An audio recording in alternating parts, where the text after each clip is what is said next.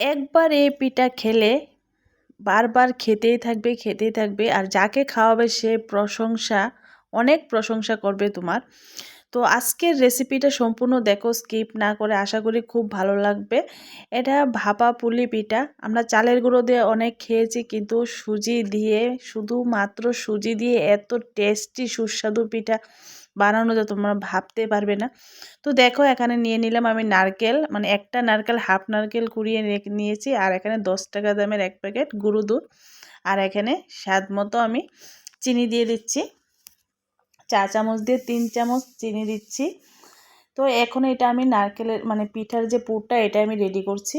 তো নারকেল, চিনি আর মানে গুঁড়ো দুধ দিয়ে আমি এই পুরটা রেডি করলাম। তো চলো, এখন আমি সুজি নিয়েছি, দেখতেই পাচ্ছ, এই যে ছোট বাটিটা দিয়ে 1 বাটিরও কম মানে সুজি নিয়েছি। কাপ দিয়ে 1.5 কাপের মতো হবে। আর এখানে নিয়েছি জলের গ্লাস দিয়ে 1 গ্লাস গরুর দুধ। তো গ্যাসে দেখো একটা ফ্রাই প্যান বসিয়ে দিলাম। এখন ফ্রাই প্যানে আমি সুজিটা ঢেলে দিলাম।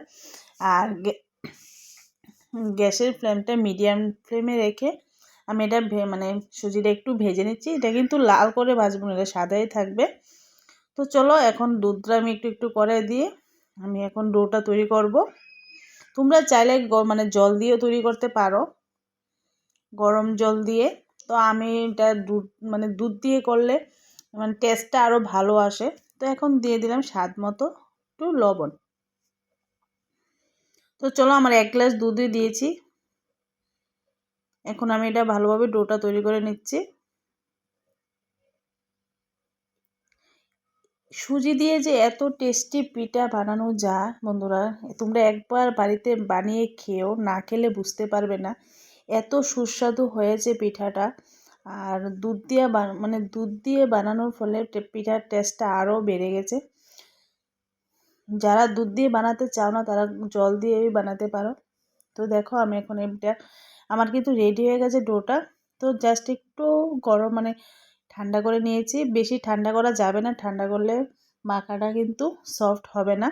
হাতে একটু ঘি নিয়েছি, দেখেছো তোমরা, ঘিটা দিয়ে আমি হাতের মধ্যে ভালোভাবে লাগিয়ে পিঠাটা মানে ডোটা তৈরি করে নিচ্ছি।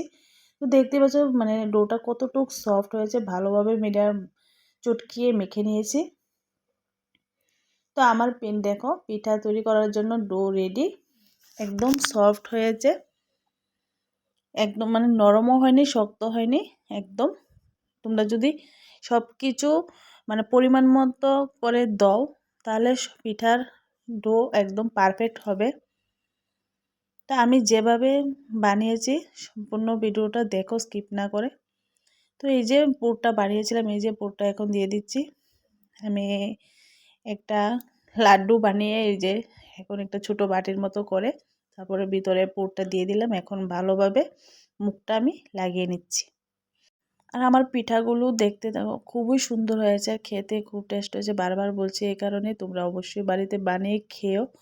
আর আমার রেসিপিটা কেমন মানে লেগেছে তোমাদের প্রথম থেকে তোমরা অবশ্যই কমেন্ট করে জানিও।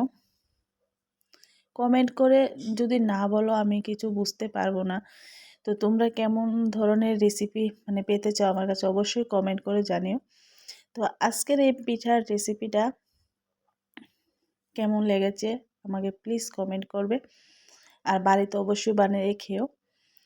তো দেখো, আমার পিঠা এতটুক দিয়ে আমার কিন্তু প্রায় 10টার মতো পিঠা হয়েছে, 10টা কি 11টার মতো পিঠা হয়েছে। আর আমি পিঠাটা দেখতেই পাচ্ছ, তেমন ছোটও না বড় না, মিডিয়াম সাইজ করে পিঠাটা করেছি। তো দেখেছ, এই যে আমার পিঠাগুলি রেডি। তো এখন আমি পিঠাগুলি করে নেব।